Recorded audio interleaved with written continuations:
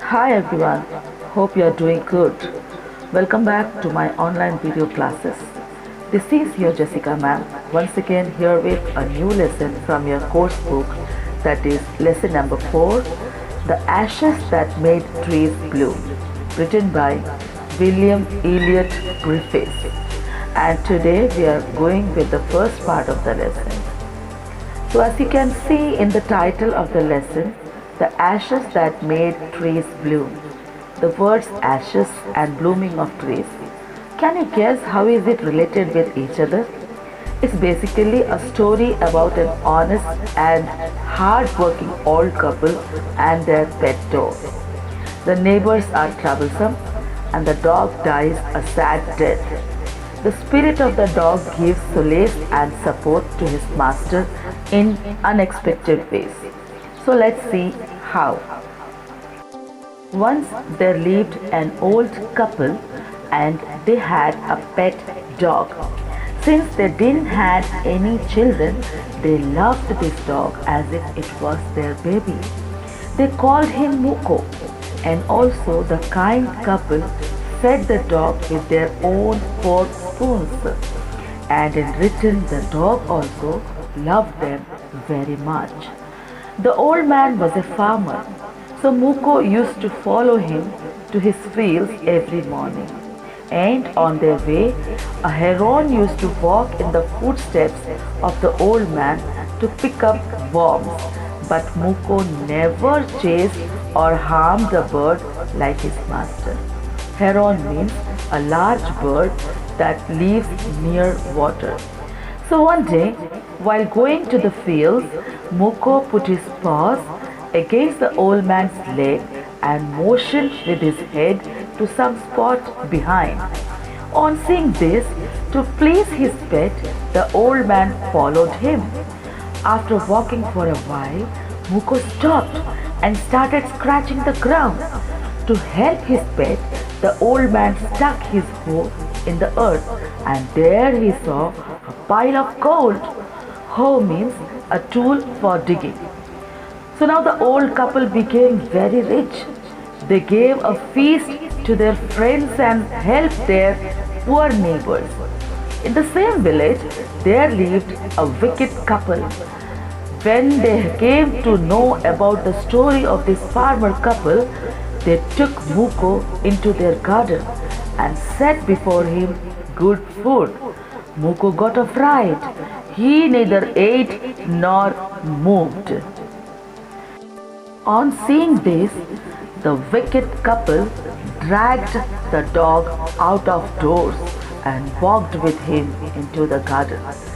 And when they reached a pine tree, the dog began to scratch the ground. The wicked couple got delighted on this, and immediately both of them dug the ground, and there they saw a dead kitten. The couple was very angry now. They killed the dog and flung him into the hole they dug. Flung means threw. They heaped the earth over his carcass. Heaped means piled, and carcass means the dead body of the dog. The incident of Muko's death reached the ears of his owner, that is, the farmer. He felt so sad, as if he had lost his own son. He went to the place where his pet had been buried. He mourned for a long time and called out the dead dog with so many dear names, as if he was alive. That night he saw his dog Muko in his dream, in which the dog asked him to cut the pine tree under which his dead body was buried. He asked him to make a mortar and a wooden mill out of it. Mortar means a bowl to crush substances, and wooden mill is a wooden grinder to crush the beans or any other pulses. The old man did everything as told by his dog in the dream. Then he also made a long handled hammer out of the wood of that pine tree. Now, as the new year was approaching, the old farmer decided to make some rice pastry. The couple put the boiled rice in the wooden mortar, and the old man used the wooden hammer to pound the mass into dough. Pound means to crush, and dough means a ball of flour. Now, when the pastry was ready for baking, it turned into a mass of gold coins. Oh, wonderful! Now, when the old woman took the hand mill and filled it with bean sauce and began to grind, the gold dropped like rain from the mill. While this thing was going on, the envious neighbor peeped into their window and saw everything. Then and there, he decided to borrow the mill from this old couple. The old couple readily gave their mill to the neighbor. The man began to pound the rice and the woman began to grind. But to their surprise, this time the pastry and the sauce turned into worms. They were so angry and raged and broke the mill into pieces to use it as firewood.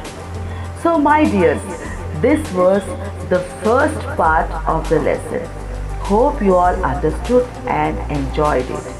We shall meet in our next class with the second part of this lesson. Till then, do take care of yourself, be at home, and stay safe. Thank you.